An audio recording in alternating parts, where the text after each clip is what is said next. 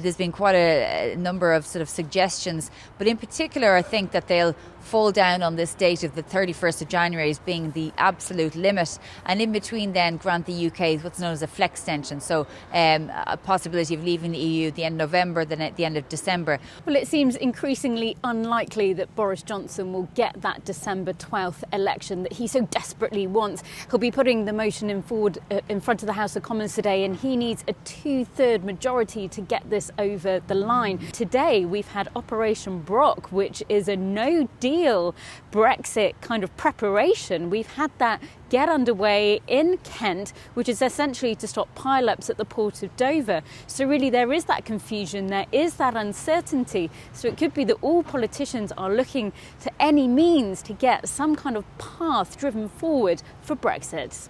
The extension probably will come at some point today, and as your correspondents indicated, the sources of the weekend are suggesting that it will be to the 31st of January, meeting the terms of the letter that Boris Johnson was forced to send by the UK Parliament, but with this option that if a deal is approved and ratified earlier, then the UK will leave on the 1st of the next month, holding open a very appealing prospect, no doubt, to Boris Johnson, that if he could get his deal done, that the UK could be out on the 1st of January.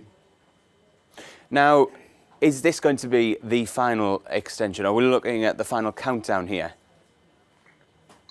Well, this is our third potential extension to the Brexit process, and of course, who knows what will happen if there is a general election? We may end up with a hung parliament. There is no guarantee that Boris Johnson could necessarily win an outright majority. Then a new government would have to form, and then they would have to work out what it was they wanted to do. And particularly if there is a coalition government formed that wants to hold another referendum, then there would necessarily have to be another extension to this. And of course, this all cuts into the so-called transition period, which is supposed to end at the end of 2020.